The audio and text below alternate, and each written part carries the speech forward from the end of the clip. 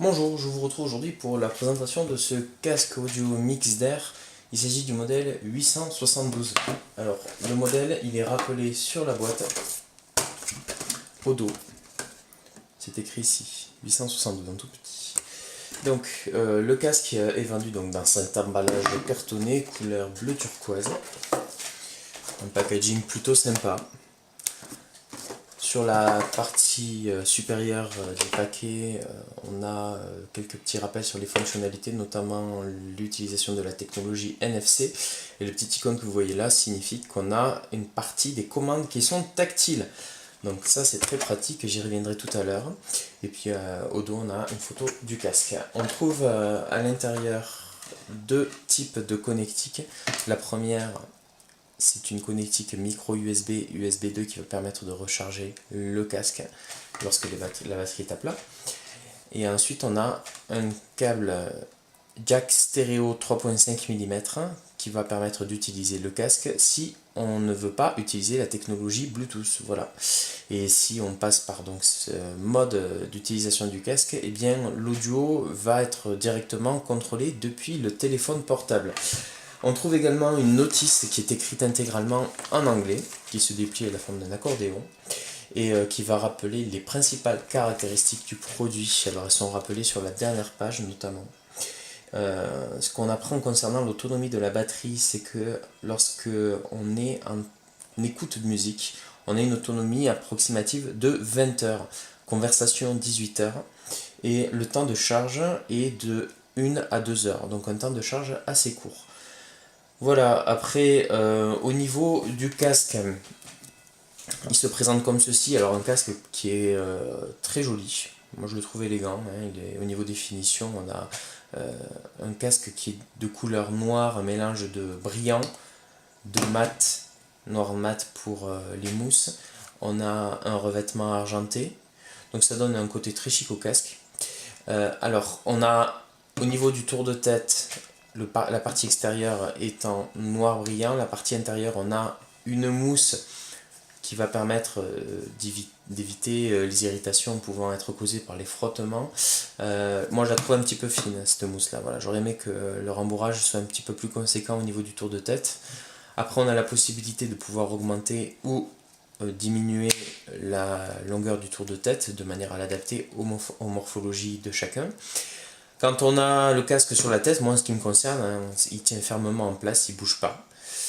Les oreillettes sont rembourrées en mousse. Encore une fois, je les trouve un petit peu fines. Voilà, j'aurais bien aimé avoir des oreillettes un petit peu plus confortables à porter. Alors je dis pas que le casque n'est pas confortable, hein, loin de là, mais on aurait gagné en qualité et en confort d'utilisation avec un petit peu plus de rembourrage au niveau des mousses. Voilà. Après, les connectiques, on va avoir d'un côté sur la partie right, donc côté droit, la possibilité donc de se brancher ici sur le port micro USB pour recharger la batterie. Et de l'autre côté, on a la fiche jack 3.5 pour pouvoir écouter la musique. Les fonctionnalités, eh bien, sont sur les parties extérieures des oreillettes. Donc là, tout de suite, c'est la commande tactile avec piste précédente, piste suivante. Si je veux passer à la piste suivante, ben, par exemple, je vais faire un signe avec l'index comme ceci, piste précédente comme ceci. Vers le haut ou vers le bas, c'est volume plus, volume moins. Comme ceci ou comme ceci. Donc il n'y a pas de bouton, il n'y a pas de sensation d'appui sur un bouton. Tout est tactile. Voilà, c'est le deuxième casque que je teste où il y a une interface tactile comme ça. Moi, je trouve ça vraiment sympa. C'est assez intuitif. De l'autre côté, ça c'est assez surprenant parce qu'on a l'impression, en tout cas on pense que les commandes sont également tactiles, mais il n'en est rien.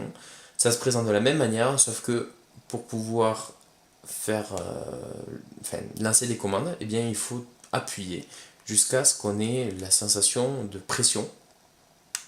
Voilà, avec le petit clic.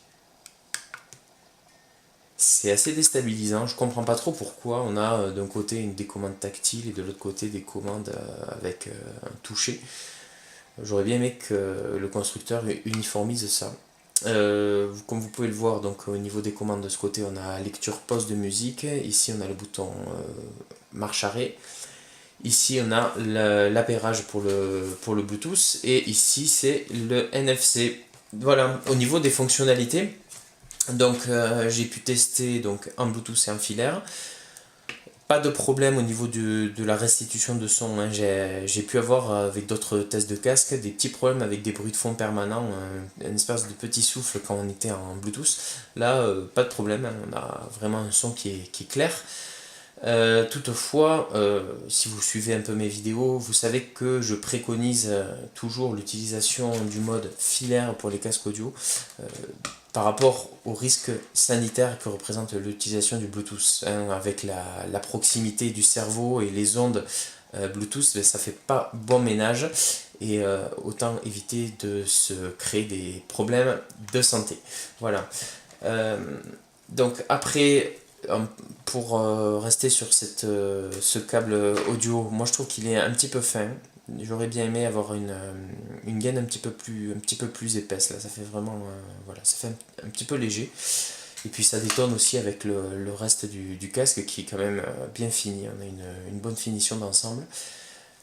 Après, pour pouvoir passer des appels ou répondre à des appels, tout va se faire à l'aide de la touche veille. Donc, quand on veut répondre à un appel, c'est un appui bref, raccrocher, un appui bref, rejeter un appel, un appui tenu, etc.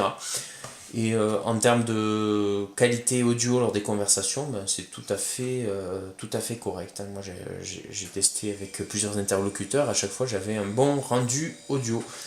Voilà pour la présentation de ce casque, j'espère que ça vous aura intéressé et je vous retrouve prochainement pour un autre test. Merci, au revoir.